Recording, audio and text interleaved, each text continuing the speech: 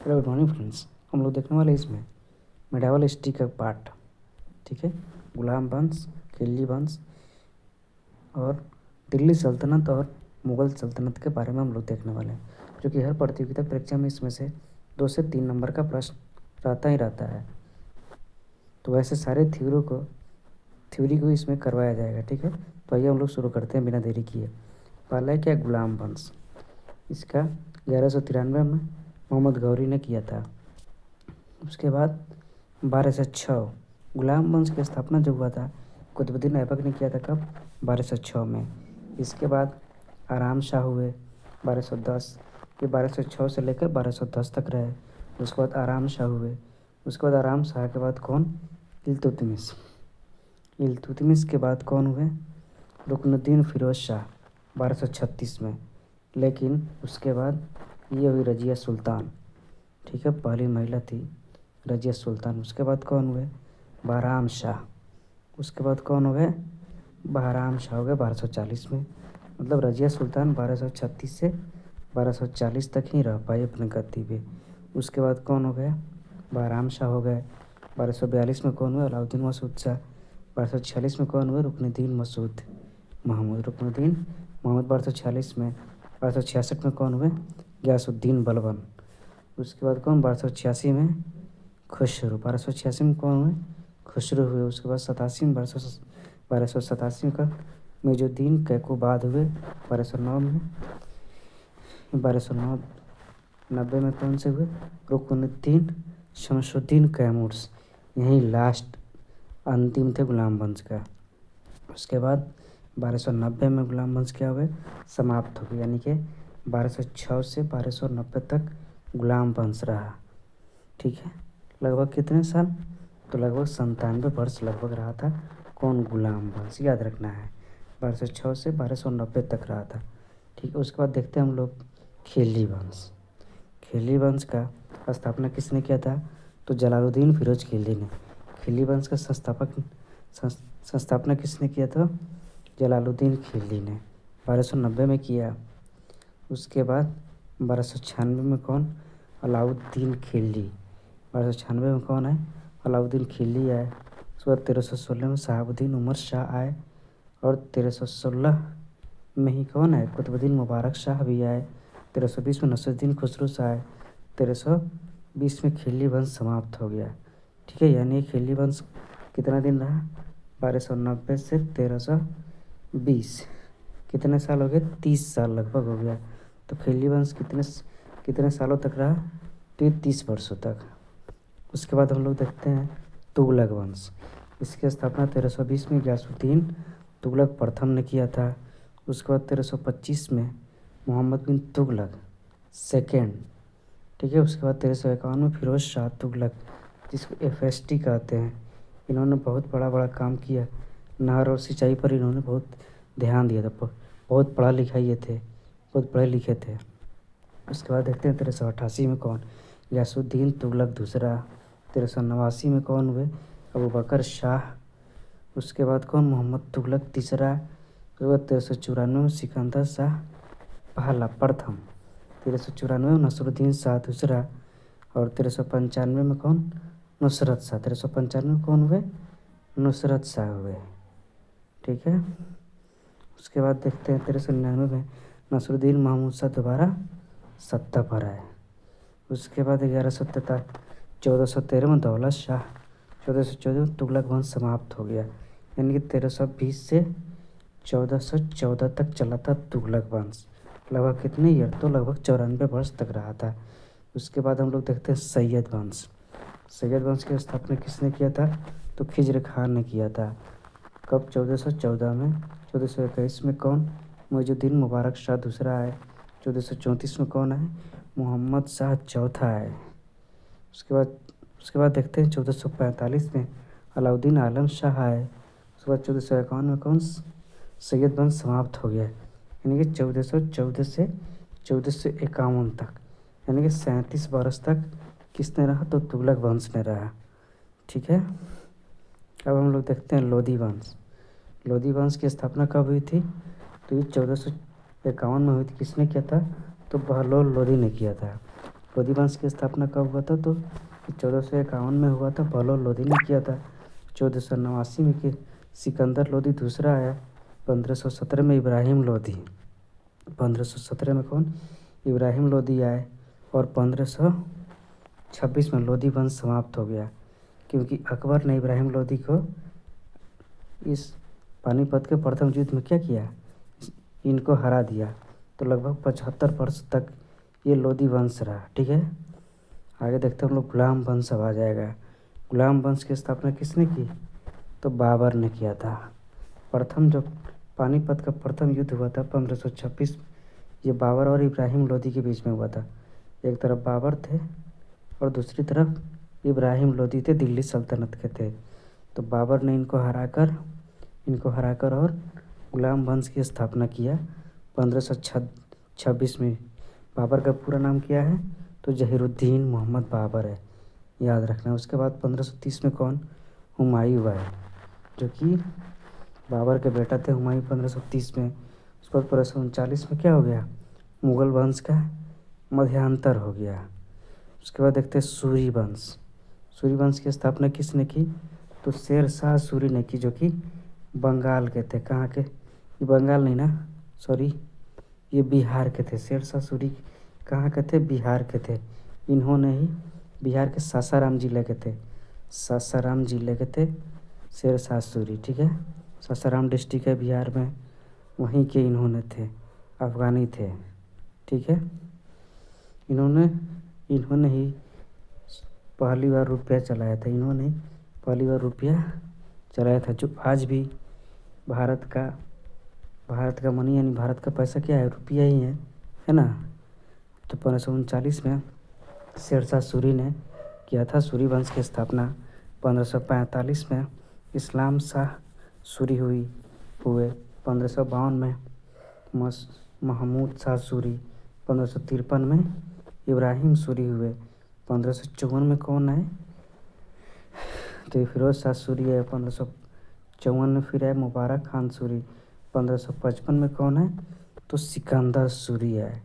सूरी वंश का क्या हो गया? 16 वर्ष लगभग समाप्त हो गया। उसके बाद दोबारा मुगल वंश की स्थापना हुआ था। कब? 1555। हुमायूं दोबारा गद्दी पर बैठा। 1556 में कौन? जलालुद्दीन मोहम्मद अकबर आ जाएंगे।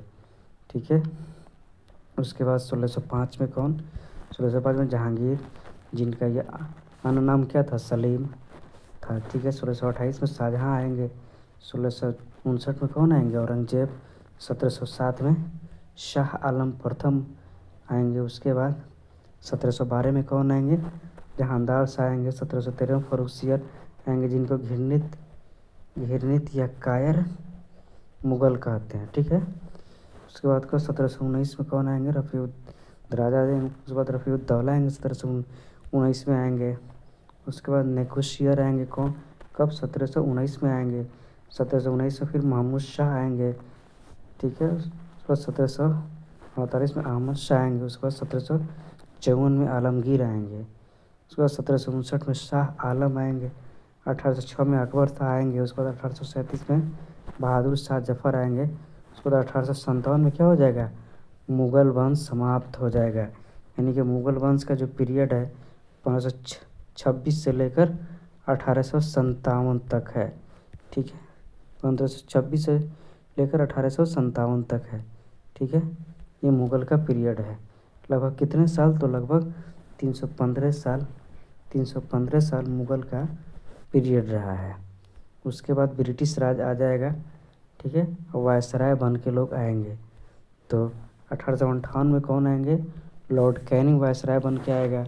1862 में जेम्स ब्रूस एल्गिन आएगा। 1864 में कौन आएगा? तो लॉर्ड जॉन लॉरेंस आएंगे। ठीक है, 1869 में कौन आएंगे? तो ये लॉर्ड रिचर्ड मेयो। इन्होंने ही 1872 में पहली बार जनगणना कराया था। पहली बार भारत में जनगणना कब कराया था?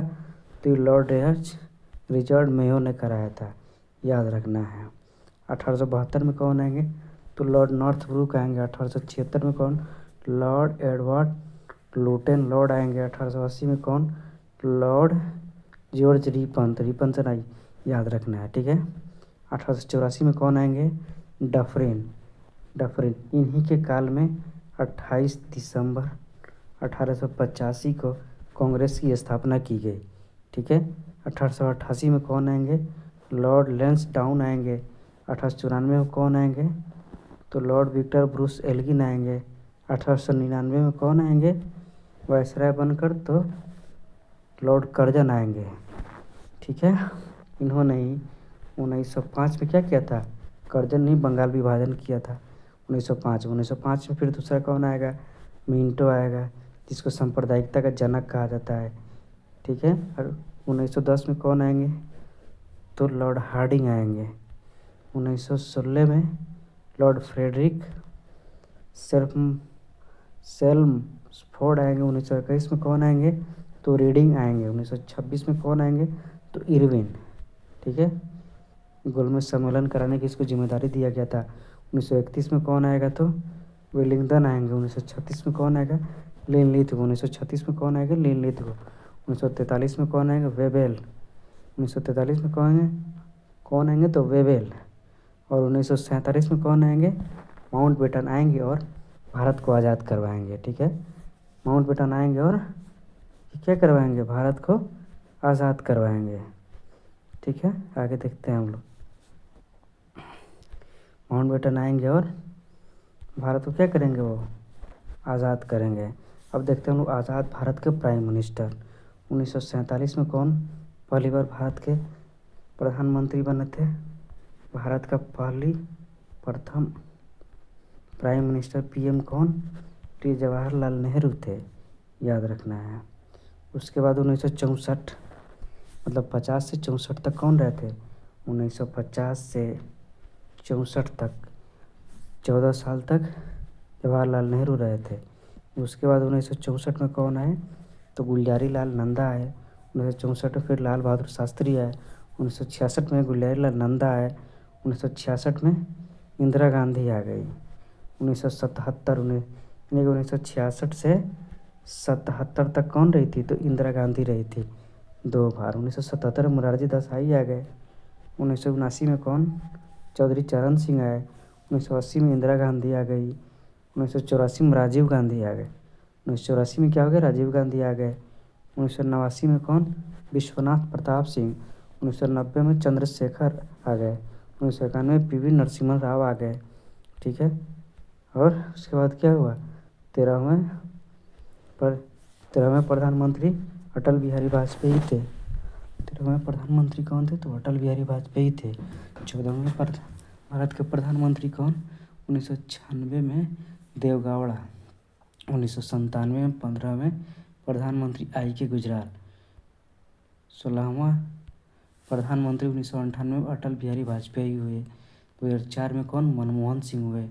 और 2014 तक 2004 से लेकर 2004 से 14 तक मनमोहन सिंह रहे। और उसके बाद मोदी जी बन गए 2014 से क्या है 2024 तक। वो क्या है? प्राइम मिनिस्टर बन गए मोदी जी। लेकिन 24 के बाद भी इलेक्शन हुआ था 24 में, जो कि 2029 तक कौन रहेंगे? तो नरेंद्र मोदी प्रधानमंत्री रहेंगे। और अब देखते हैं हम लोग क्या प्रमुख व्यक्तियों समाधि स्थल एवं संबंधित व्यक्ति किनका किनका समाधि स्थल का नाम क्या है और कहाँ है उनका समाधि स्थल, ये देखेंगे हम लोग। फर्स्ट देखते हैं राजघाट। राजघाट कहाँ है? महात्मा गांधी का जो समाधि स्थल है वो राजघाट है। विजय घाट किनका है? लाल बहादुर शास्त्री का। किसान घाट किनका है? चौधरी चरण सिंह का किसान घाट है। वीरभूमि समाधि स्थल किनका है? राजीव गांधी का। महाप्रयाण किसका है? राजेंद्र प्रसाद का। महाप्रयाण किसका है? राजेंद्र प्रसाद का। नारायण घाट किसका है? तो गुलजारी लाल नंदा का नारायण घाट है, याद रखना है। नेक्स्ट हम लोग देखते हैं शांतिवन। जवाहरलाल नेहरू का समाधि स्थल का नाम क्या है? शांतिवन। शक्ति स्थल किसका है? इंदिरा गांधी का शक्ति स्थल है। चैत्रा भूमि किनका है? भीमराव अंबेडकर का। चैत्रा भूमि किनका है? चैत्रा भूमि भीमराव अंबेडकर का है। कर्म भूमि किनका है? शंकर दयाल शर्मा का, जो कि समाधि स्थल क्या नाम है? शंकर दयाल शर्मा का समाधि स्थल कर्म भूमि के नाम से जानते हैं। उदय भूमि किनका है? तो ये KR नारायणन का उदय भूमि है। अभय घाट किनका है? तो मोरारजी देसाई का है। अभय घाट किनका है? किनका समाधि स्थल है? तो मोरारजी देसाई का। समता स्थल किनका है? जगजीवन राम का। समता स्थल किनका है? जगजीवन राम का। एकता स्थल किनका है? तो ज्ञानी जैल सिंह का एकता स्थल है। ठीक है, ज्ञानी जैल सिंह का। तो इसी के साथ हम लोगों का ये सीरीज जो कि ख़त्म हुआ। और अगर वीडियो पसंद आया तो लाइक कीजिए, सब्सक्राइब कीजिए और कमेंट करके बताइए कि वीडियो कैसा लगा। फिर हम लोग मिलेंगे नेक्स्ट वीडियो में। तब तक के लिए इतना ही।